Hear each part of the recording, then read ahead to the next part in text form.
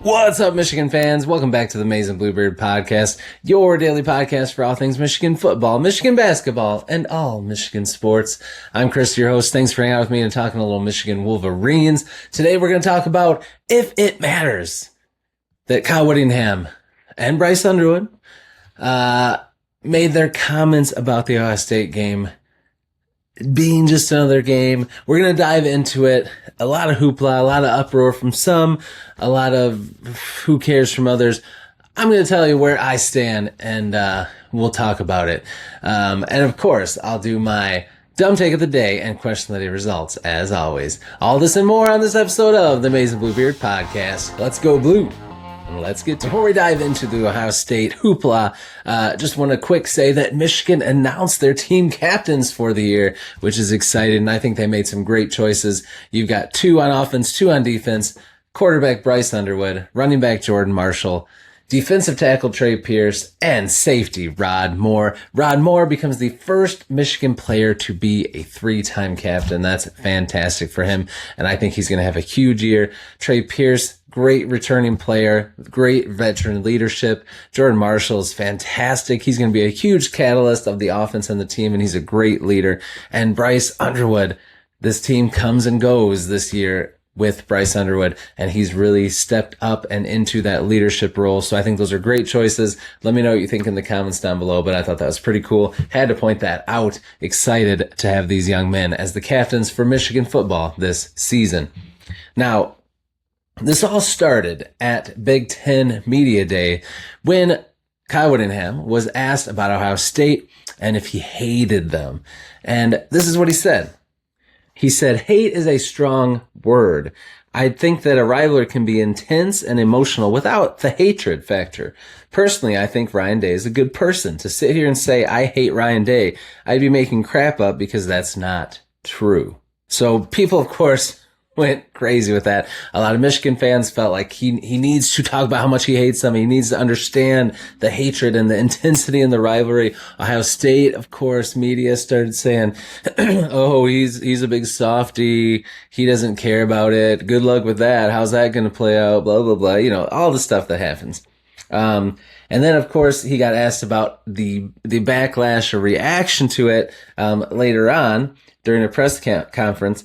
And he said, "Do we have a better chance of winning if I hated Ohio State? I don't think so. Whatever gives us the best chance to win, I'm all for it. I want to beat them worse than anybody." He said, "I'm all for wanting to beat them worse than anybody around." So I don't know how that got to be such a hot topic. I'm not trying to downplay that at all. It's a huge game, gigantic, and it's something that we have all in the back of our mind 24/7. I don't know. Maybe I should have worded it differently, but that game is of the utmost importance. He did say that he kind of set himself up for it, and I think he was probably a little surprised. But then something else he said, too, was to put anyone at ease that's worried. They still have things everywhere in the building talking about that Ohio State game. They still have part of every practice that is about the Ohio State game. Ohio State is a big deal, but he is instilling in this team to not get too emotional, to be grounded, to be fundamentally sound on the field and in their heads and in their minds, and be focused on winning the day, going 1-0 every game. So that game against Ohio State will not mean anything for your season if you go into it with a bad record. They got to be the best team they can be so they can win that game. And it starts at the beginning of the season. And side note, let's just say, speaking of beginning of the season, how about Ryan Day moving senior day to the beginning of the season so it doesn't interfere with Michigan prep? That is such an odd move to me.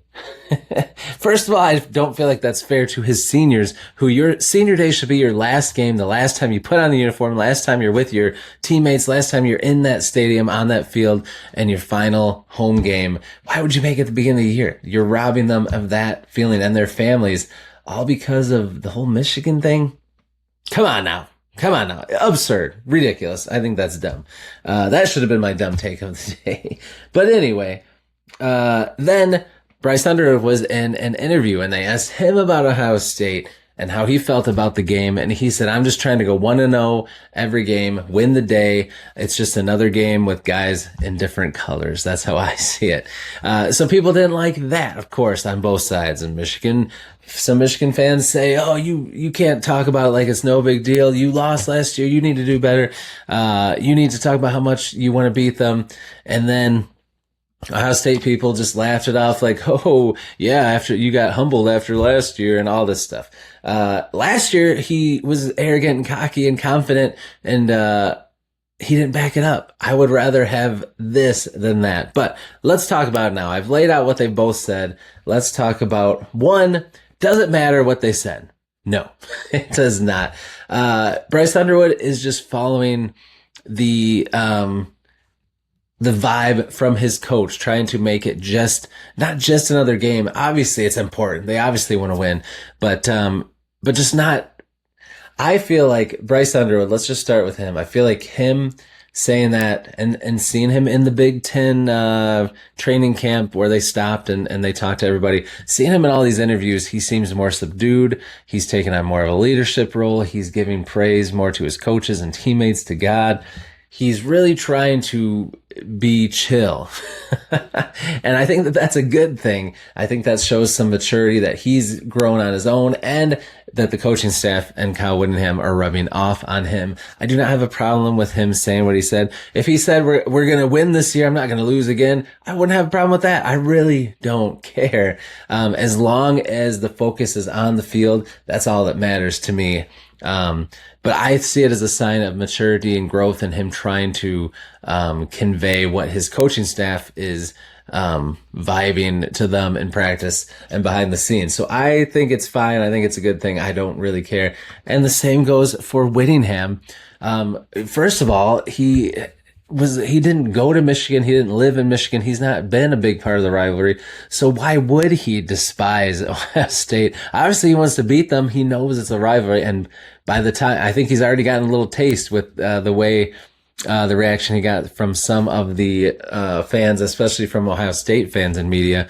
I think he's going to definitely want to beat them, but he wants to anyway. He's a professional. He's competitive. He's a fiery coach. He wants to win and do well. He wants to win national championship and Big Ten championships. He knows he can't do that if he doesn't beat Ohio State. But let's take a look at, Jim Harbaugh said, I hate Ohio State. I'm going to beat them. I'm going to do whatever it takes to beat them. And it still took him a long time to get there. So even if they do have that hatred, that history, and they understand the deep hatred in the rivalry, it doesn't mean that they're going to win.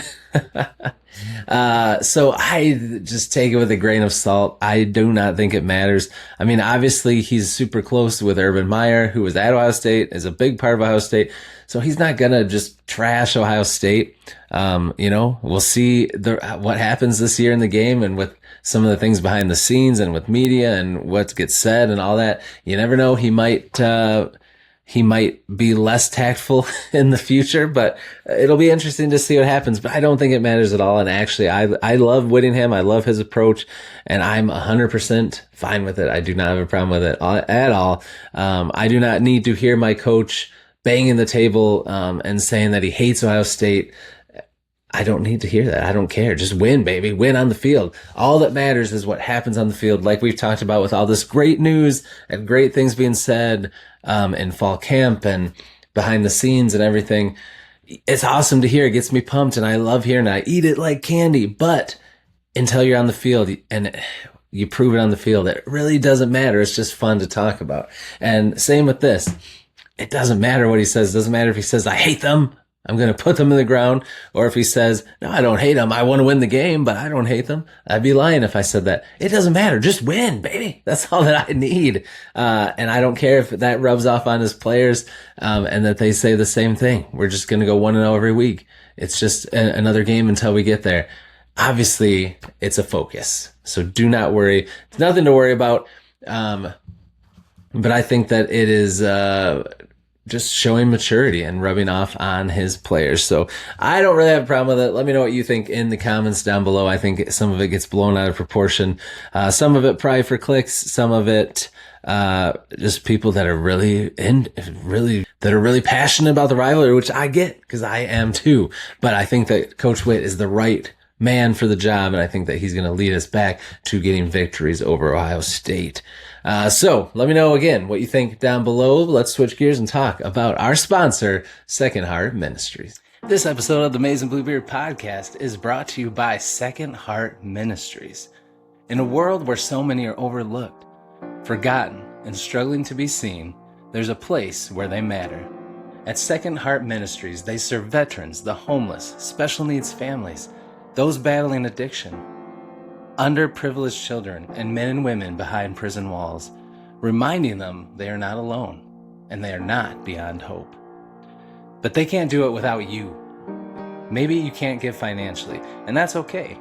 But something as simple as hitting follow on their Facebook page helps them to reach the ones who need the most. Because sometimes the smallest act of support can change a life. Second Heart Ministries, giving hope, a second chance, and a second heart. You can find information about Second Heart Ministries in the description box down below. Go Blue. Make sure to join me live tonight for our weekly show at 8 p.m. EST. I will be live talking about week 2 of fall camp, the team captains, all the news that's been coming out, more about this Ohio State thing. If anybody wants to, I'll be live with some buddies of mine. So join me tonight and we'll talk all about Michigan football. Again, 8 p.m. weekly live show tonight. I'll see you there. Now it's time for my dumb take of the day. And this one weaves through to get to the dumbest take out of this whole thing. But this all started with a Ohio State, actually I think it started with a Michigan poster, but back and forth between Ohio State and Michigan poster. And Ohio State posted this clip that they posted so many times where there's an audible by Ohio State's offense and CJ Stroud, the Michigan sideline. A lot of players point up, like saying that it's going to be this or that. And they talk about how that shows the cheating and all this stuff. The funny thing is, on that play, they score a touchdown. So it's a dumb thing to show over and over again. But another Michigan poster kind of piggybacked off of this, and they said they showed CJ Stroud's stats in the 2 years that he lost to Michigan. They show pretty good numbers, and it's almost 750 yards passing and 4 touchdowns in 2 games. If Michigan knew every play, they should have a funny way of showing it. I thought that was pretty good. And then this is where it just cascaded from here.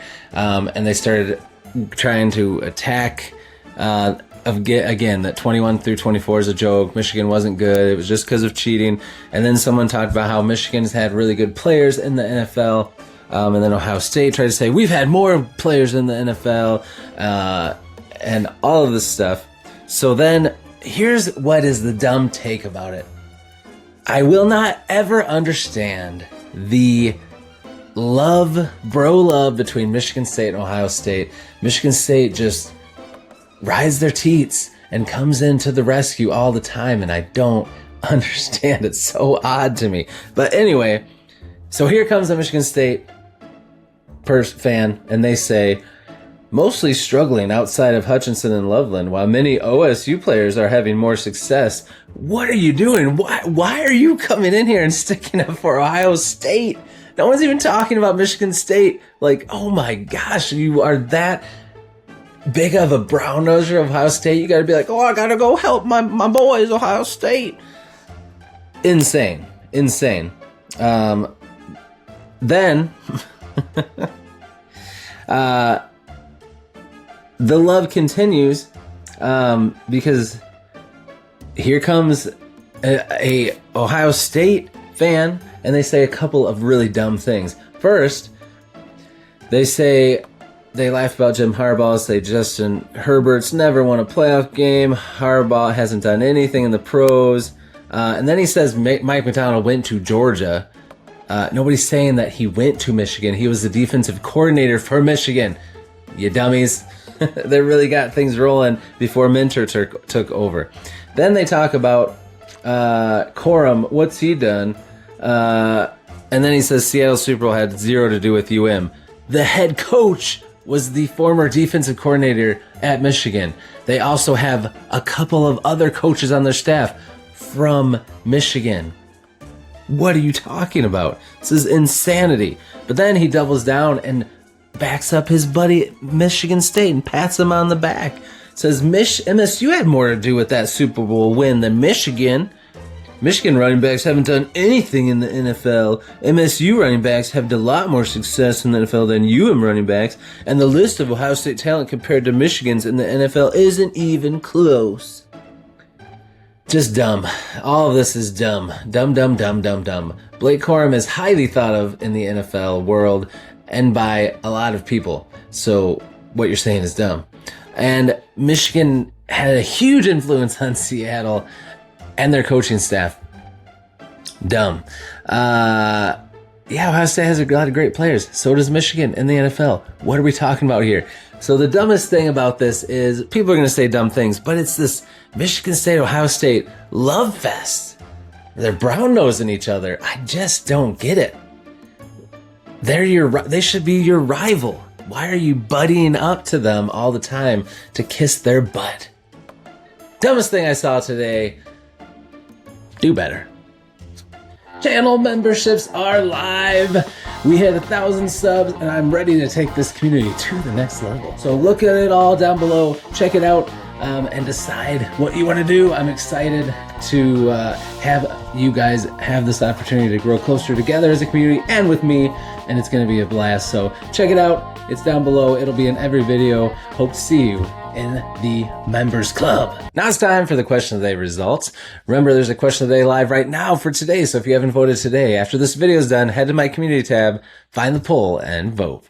So in the last question of the day, I said, who do you think will have the first reception for Michigan in this season's opening game against Western Michigan? You could pick from Andrew Marsh, J.J. Buchanan, who Kyle Whittingham has said is unguardable. I love to hear that. Jamie French, or somebody else. Celeste Moa, Travis Johnson, one of the tight ends, one of the running backs. Results are in, and here they are.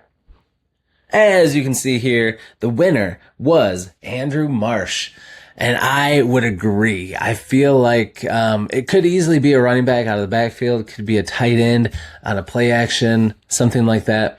It could be J.J. Buchanan. It could be anybody. And who cares who it is? It's going to be awesome. But I wouldn't be surprised if they try to get their number one receiver going, and it's Andrew Marsh. Now, I'd love it if it's an RPO play action bomb to Andrew Marsh to start the game. That would be pretty sweet. But we shall see. We're getting closer and closer. Thanks to everybody that voted. Remember, again, there's one live now, so go vote if you haven't yet. That's going to do it for this episode of the Maize Bluebeard Podcast. Hope you had a great time. Be sure to subscribe. Hit that subscribe button. Join the community if you haven't yet. If you want to get more involved, there's info down below for memberships. Also, be sure to hit the like button and give me a hype if you get that option. It helps the channel grow, helps the algorithm for YouTube push it out to other people as they think that we're having a good time here, which we are.